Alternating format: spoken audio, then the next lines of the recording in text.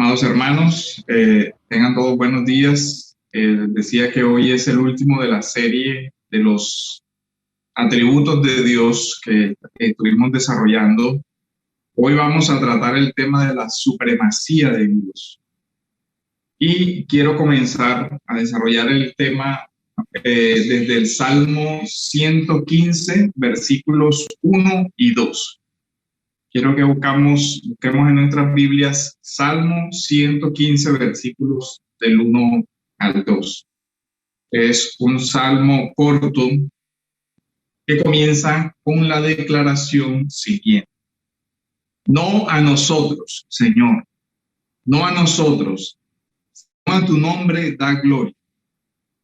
Por tu misericordia, por tu fidelidad, ¿por qué han de decir las naciones dónde está ahora su Dios? Entonces, el primer aspecto que vamos a desarrollar con relación a la supremacía de Dios es el lugar de la supremacía de Dios en medio de una sociedad narcisista. Y vamos a hacer una descripción de nuestra sociedad actual. También se parece a sociedades anteriores porque todos sabemos que nada nuevo hay debajo del sol. La sociedad actual, nuestra sociedad actual, es una sociedad que vive centrada, concentrada en sí misma, en sus propios planes, en sus propios deseos.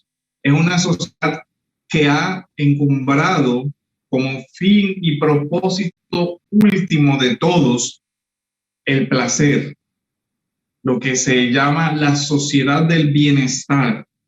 Ya los antiguos hedonistas habían planteado que el fin supremo de la vida era la felicidad, entendida en términos de placer o entendida en términos de una ausencia de dolor, como ese nirvana o como quiera que se llame.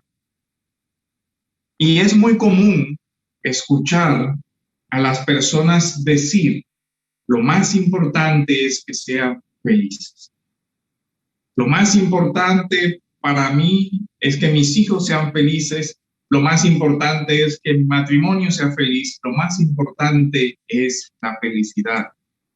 Y esa idea de felicidad casi siempre está asociada al placer y se presenta como cualquier cosa contraria a afrontar situaciones difíciles, pues toda situación difícil se interpreta siempre en sentido negativo. Ahora, en una sociedad de esta naturaleza, centrada en sí misma, como venimos diciendo, las personas no pueden ver más allá de ellas. Mis problemas no los tiene nadie. Nadie sufre como yo, nadie tiene tanto dolor como yo, nadie tiene tanto trabajo como yo, etc. Que lo único que refleja toda esa forma de ver la vida es que se ha perdido la capacidad de ver el dolor del otro, de ver el sufrimiento del otro, porque nuestro narcisismo no nos permite ver más allá del sufrimiento por no tener nuestros propios deseos y intereses egoístas.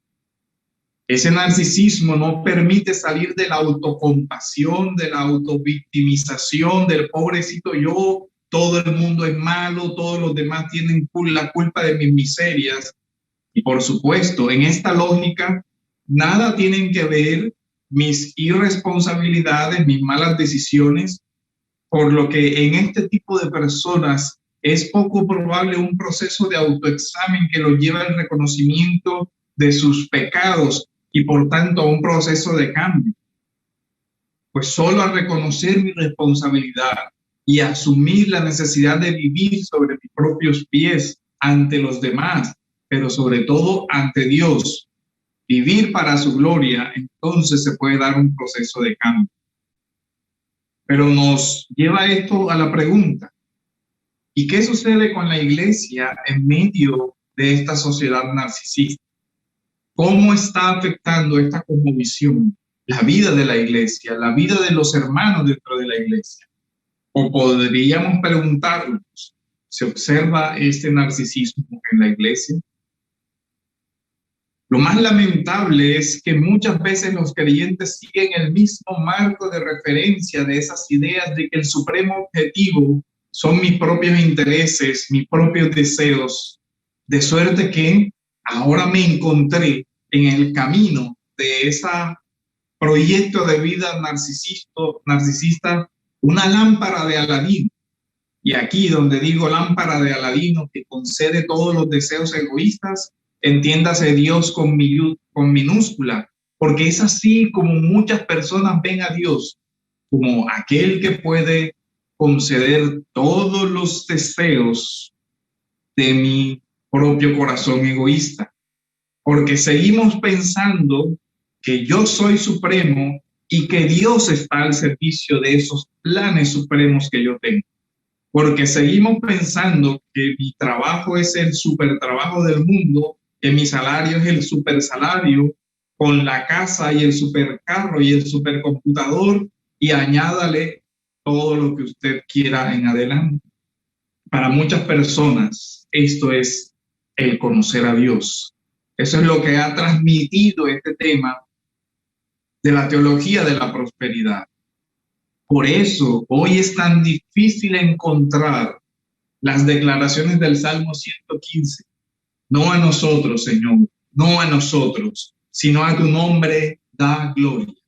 ¿Por qué? Porque se requiere fe para decir no a nosotros, porque se requiere fe para quitar el centro de nuestras vidas en nuestros planes para poder centrarnos en Dios.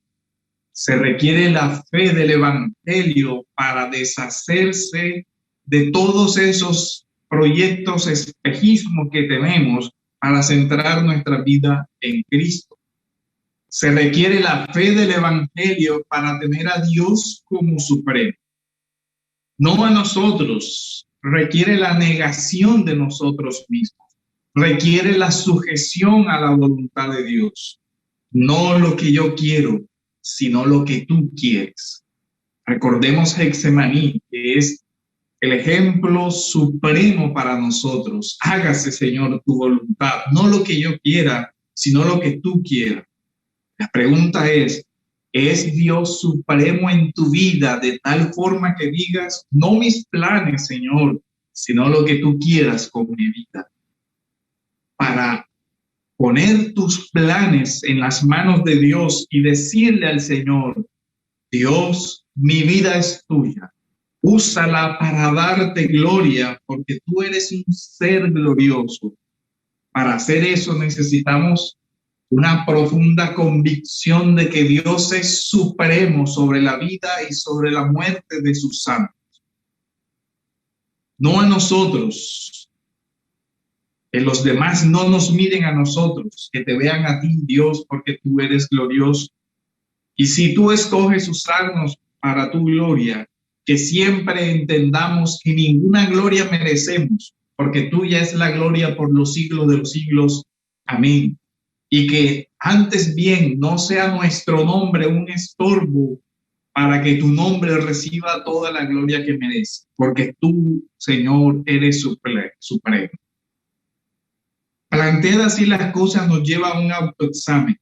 ¿Cuál es el lugar de la gloria de Dios en nuestras vidas, nuestra vida diaria? ¿Tenemos a Dios en mente en cada una de nuestras acciones? ¿Tenemos a Dios en mente en cada una de nuestras decisiones? ¿Tenemos a Dios en mente en nuestras emociones? ¿Le amamos? ¿Le consideramos supremo, glorioso, excelso, maravilloso? ¿Consideramos al Dios bendito como el mayor don de nuestras vidas? ¿O todavía estamos pensando que son los dones temporales de este mundo presente los que le pueden dar sentido a la vida? ¿Todavía crees que Dios es un buen accesorio en la vida que te puede ayudar a conseguir tus planes? ¿O ves en Dios la suprema propósito, la supremacía en todo? O te lo pregunto en el lenguaje del Catecismo Menor de Westminster, ¿cuál es el fin principal de todo? ¿Cuál es el fin por el que tú vives? ¿Cuál es el propósito? Porque aquí fin tiene el sentido de propósito, de dirección, de objetivo. ¿Cuál es el objetivo de tu vida? Es lo que te pregunto. El objetivo de tu vida está determinado por aquello que tú consideras que es lo más valioso. Así que te pregunto, ¿qué es lo supremo en tu vida? ¿Qué es lo más valioso en tu vida? ¿Cuál es la respuesta que da nuestro catecismo? El fin, el objetivo, el propósito del hombre es el de glorificar a Dios y gozar de Él para siempre. Dios es el ser supremo y la supremacía de Dios se puede observar en que de Dios venimos porque Él nos creó, pero nos creó de tal manera que nos orientó hacia sí mismo, de tal forma que fuimos creados para su gloria, pues Dios es supremo y digno de toda gloria. De tal forma que debemos pasar por este mundo viviendo dignamente de acuerdo al Evangelio. No para nosotros mismos, sino para magnificar su gloria. No porque nosotros vamos a añadir algo al ser inmutable de Dios. No añadimos más gloria a Dios por nuestras acciones, porque Él ya es perfecto en gloria aún antes de la creación del mundo, sino porque fuimos creados para esa finalidad.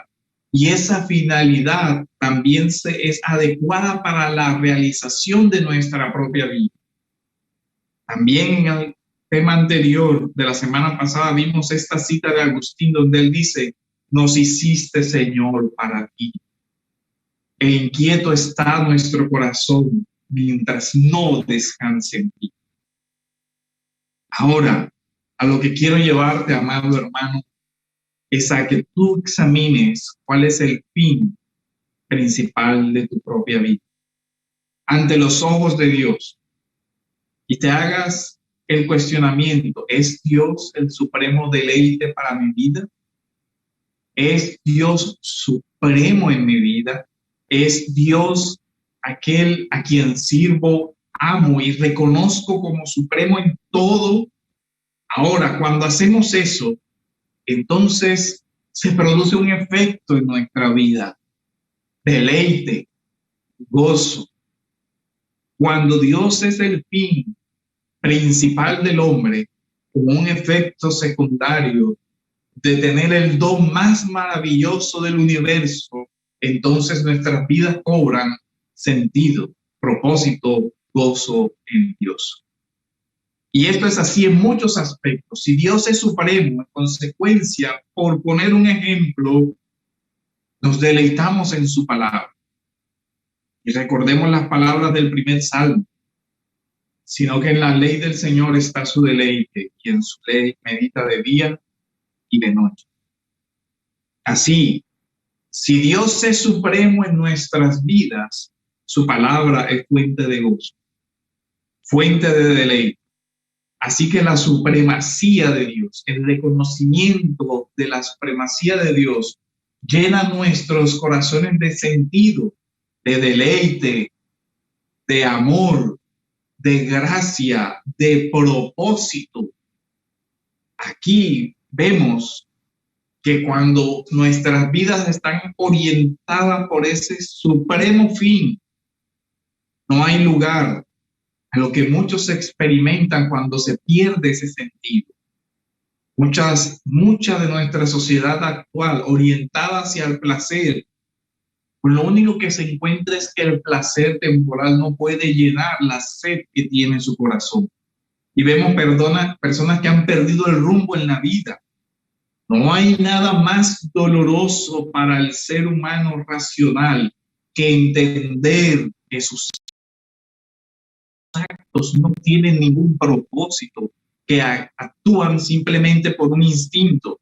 Eso es algo muy cercano a la locura, cuando el propio hombre entiende que está actuando sin ningún sentido posterior a vivir simplemente el deleite temporal. Creo que aquí está la razón de mucha de la crisis de ansiedad, de depresión, de muchas enfermedades de orden mental que está sufriendo nuestra sociedad actual. Y la causa es la superficialidad, los pocos valores profundos y trascendentes que le dan al hombre fortaleza frente a las dificultades de la vida. Por eso nosotros vemos cómo la sociedad se está derrumbando frente a este sufrimiento temporal que estamos afrontando de este virus. Pero claro, encontró este evento una sociedad frágil, narcisista, que ha perdido los valores antiguos de la fortaleza, de la templanza, de la valentía. Vivimos en una sociedad profundamente cobarde, porque es una sociedad que está recogiendo el fruto del dolor, del esfuerzo, del sacrificio de otros, pero no es una sociedad que se ha parado sobre sus propios pies para luchar. Cuando eso es así, aún a pesar del dolor, hay sentido. Cuando el hombre tiene un propósito, entiende que el sufrimiento temporal no es el obstáculo, porque hay un propósito superior a eso. De esa manera, entonces, nosotros vemos que incluso el hombre de Dios, que tiene sus ojos puestos en el Señor, que por la fe ve a Dios como el don supremo y valioso, pone en su justo lugar los sufrimientos temporales. Pone en su justo lugar el deleite temporal que incluso Dios le concede, porque Dios nos da esta creación para disfrutarla, pero cuando Dios es supremo, colocamos aún la felicidad temporal que Él concede en su justo lugar. Colocamos también el dolor temporal en su justo lugar.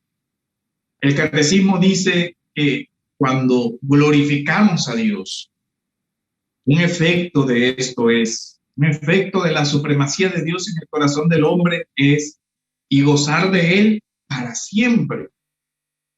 La supremacía de Dios se convierte en el corazón del hombre en fuente de gozo. Cuando Dios es supremo, nosotros vemos las cosas temporales como lo que son, como transitorias. Podemos darle su justo valor, como lo digo. Nos podemos deleitar en las cosas maravillosas que Dios ha puesto en nosotros, entendiendo que el supremo Dios se interesa por sus hijos. Y así, la supremacía de Dios y la supremacía de su Hijo, nuestro Señor Jesucristo, nos pone a nosotros en una correcta relación con las cosas materiales.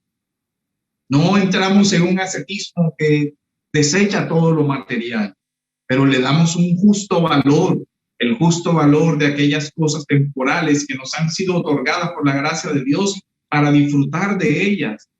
Pero cuando las ponemos al lado del bien supremo, del supremo bien por excelencia, de la suprema bondad, del supremo amor que es Dios, entonces esas cosas cobran su valor relativo y entonces nosotros podemos ver que no es la casa, no es el carro, no es el super trabajo, el máximo don de Dios, sino que el máximo don de Dios es que Dios se da a sí mismo para que nosotros le conozcamos, le glorifiquemos, nos deleitemos en Él y nos deleitemos en Él, ya sea en la abundancia, ya sea en la escasez, pues Dios es supremo en todo.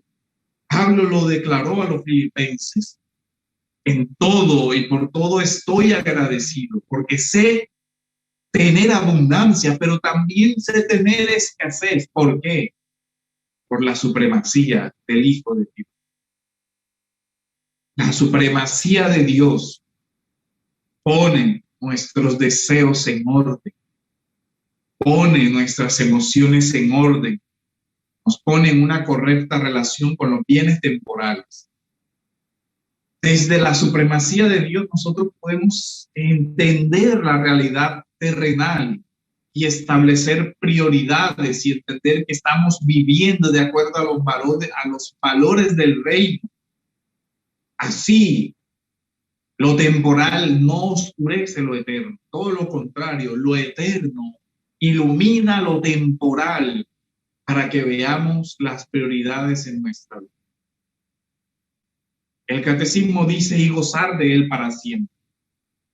Y quiero citar Romanos 8, del 18 al 19, sobre el tema que venimos tratando, poner las cosas en su debido orden y en su justa medida. Pablo dice, pues considero que los sufrimientos del tiempo presente no son dignos de ser comparados con la gloria que nos será revelada. Si Dios es supremo, cualquier sufrimiento temporal no es digno de ser comparado con el deleite en él para siempre. Dice, porque el anhelo profundo de la creación es aguardar ansiosamente la revelación de los hijos de Dios. Si Dios es supremo en tu vida, las dificultades temporales toman su justo lugar, pues apostamos por un deleite eterno que pone en su justo lugar los deleites temporales. Aun cuando esos deleites vienen de Dios, los recibimos valorándolos en su justa medida. Pues entendemos que los dones temporales no son sino un anuncio del mayor don que es su reino, y su reino entendido no como una mejor vida ahora, sino entendido como la posibilidad del disfrute eterno en Dios. Así que la iglesia tiene que dejar de centrarse en sí misma para centrarse en la supremacía de aquel que es todo en todos, aquel que es supremo sobre todas las cosas. Esto nos lleva entonces a preguntarnos por la supremacía de Dios y el deleite en Dios para siempre, cómo nos lleva a la supremacía de Cristo en la salvación. Y quiero utilizar el texto de Apocalipsis en el capítulo 5, versículos del 1 al 3, para fundamentar la supremacía de Cristo en la salvación y cómo eso nos da deleite en Dios. Dice el texto, y vi en la mano derecha del que estaba sentado en el trono un libro, escrito por dentro y por fuera, sellado con 7 sellos, y vi a un ángel poderoso que pregonaba a gran voz, ¿quién es digno de abrir el libro, de desatar sus sellos? Y nadie, ni en el cielo, ni en la tierra, ni debajo de la tierra, podría abrir ni mirar su contenido. Hermanos, el centro del universo no es nuestras vidas, sino el trono de Dios. No son nuestros planes los que están escritos en el libro de la vida, sino el propósito y decreto de Dios para la historia. El Hijo es supremo en esa historia, el Hijo es supremo en la historia de la redención, porque por su poder y su dominio, Él es el Redentor. El Hijo, y solo el Hijo, ha tomado en sus manos el libro de la historia. El Hijo es la respuesta a la gran necesidad de la salvación. ¿Quién es digno de abrir el libro y desatar sus sellos? Esa es la pregunta de la supremacía. ¿Quién es supremo? Y dice el texto 3, dice, y nadie, ni en el cielo, ni en la tierra, ni debajo de la tierra, podía abrir el libro. ¿Quién es supremo para salvar? Y se observa toda la creación, se observan a todas las personas, miramos a nosotros mismos, miramos a nuestro alrededor y vemos con desesperación que no se puede solucionar el efecto de la caída. ¿Quién puede solucionar los desastres naturales? ¿Quién puede solucionar los desastres sociales? ¿Quién puede solucionar los desastres familiares? O en otras palabras, ¿quién puede cargar con el peso de la historia en sus manos? Si no hay esperanza en el reino y en el Hijo, la única respuesta son las lágrimas. Por eso el versículo 4 dice que cuando el apóstol ve que no hay nadie que pueda abrir el libro, dice, y yo lloraba mucho porque nadie había sido hallado digno de abrir el libro y de mirar su contenido. Vemos aquí la supremacía de Cristo en la redención, que da consuelo. Si nosotros observamos la sociedad actual solo desde los ojos de la teoría del bienestar temporal, no tardará mucho en que nos demos cuenta que no hay ese paraíso que creemos. Si salimos siquiera un poco del espejismo de nuestro narcisismo, nos damos cuenta que este mundo es un lugar doloroso, y cuando esa realidad nos toca y se quiebra el espejismo, se derrumba toda la vida. Por eso vemos una sociedad que está siendo derrumbada por una epidemia que no ha mostrado sino la epidemia de la inseguridad, de la falta de sentido y fortaleza de la vida. Nos damos cuenta entonces que cuando esa realidad dura nos toca, no tenemos la fuerza para resistir, porque aquel que es la roca eterna, inconmovible de los siglos, no es supremo en la vida de esas personas. Y al final se dan cuenta que no son sino polvo y ceniza. Y es una reminiscencia de esa cita de la película Gladiador. ¿Recuerdan a ese escéptico que esclavizó a Gladiador?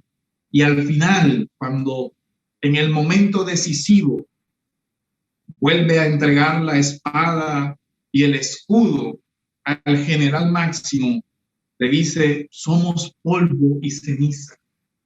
Pero esa frase es significativa, porque es la frase de un escéptico que antes de morir volvió a tener alguna esperanza en que alguien podría generar un cambio. Por eso entrega la espada y el yelmo del combate al general. Y antes de morir se recuerda a sí mismo, somos polvo y ceniza.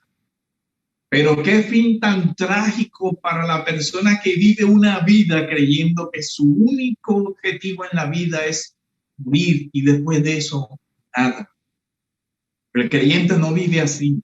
El creyente vive sabiendo que sí, somos polvo y ceniza, pero con una gloria destinada para la eternidad, porque tenemos un gobernador, un rey que es supremo sobre la muerte.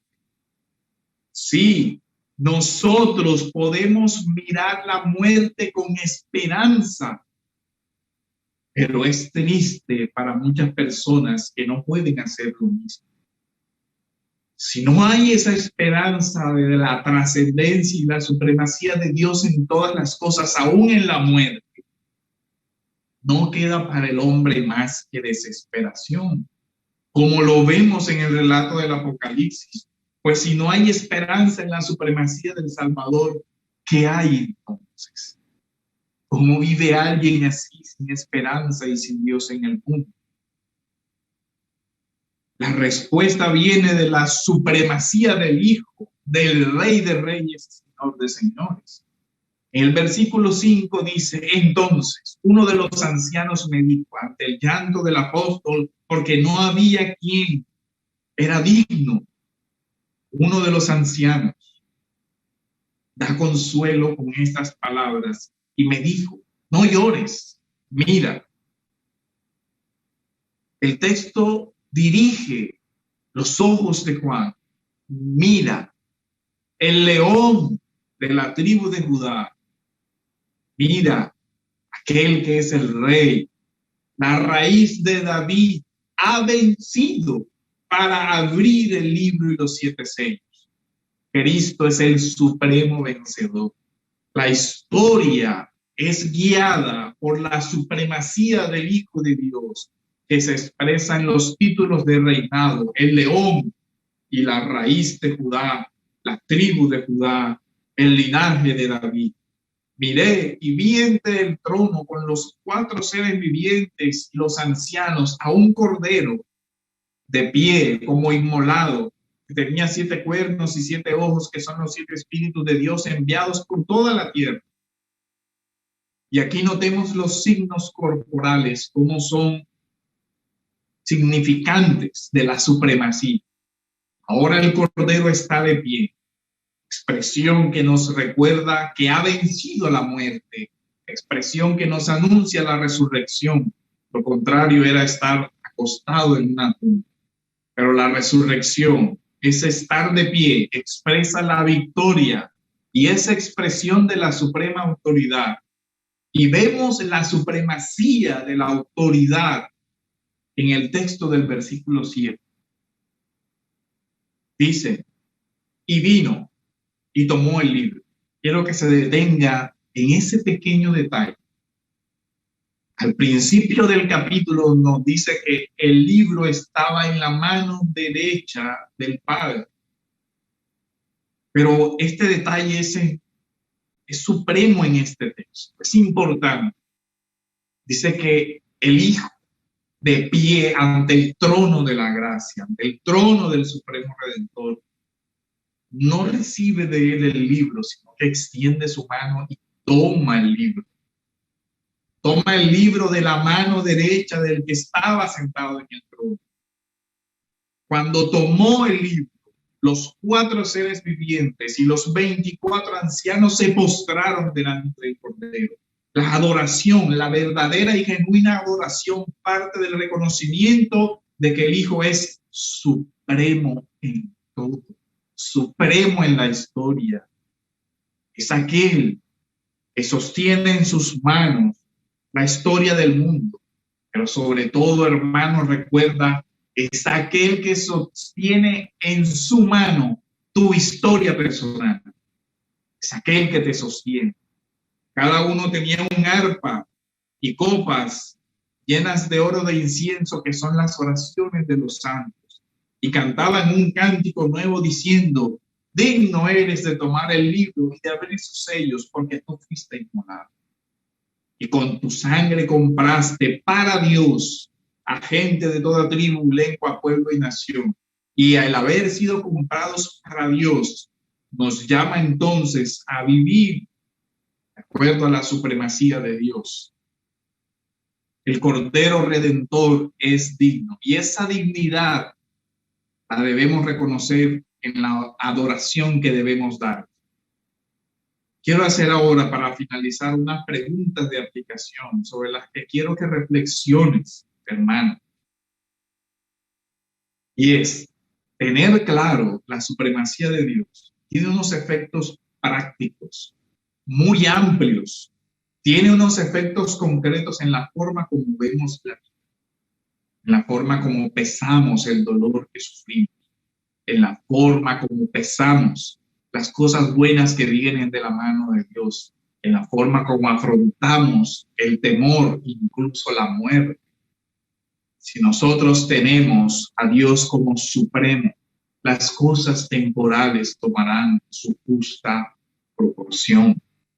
Si nosotros tenemos a Dios como supremo, te pregunto, ¿cómo afecta eso tu obediencia a la palabra de Dios? ¿Cómo afecta eso tu serio estudio de la palabra de Dios? Si nosotros tenemos clara la supremacía de Dios, pregúntate, ¿cómo nos ayuda eso a enfrentar las dificultades de la vida con valor y con honor? Si tenemos clara la supremacía de Cristo, ¿cómo nos ayuda eso para una genuina y profunda adoración? Reflexionemos entonces sobre el profundo impacto de la soberanía y supremacía de Cristo el Redentor en cada aspecto de nuestras vidas. Que el Señor nos ayude a considerar a Cristo supremo en todo. Y a Él sea la gloria, porque Él es digno por los siglos de los siglos. Amén.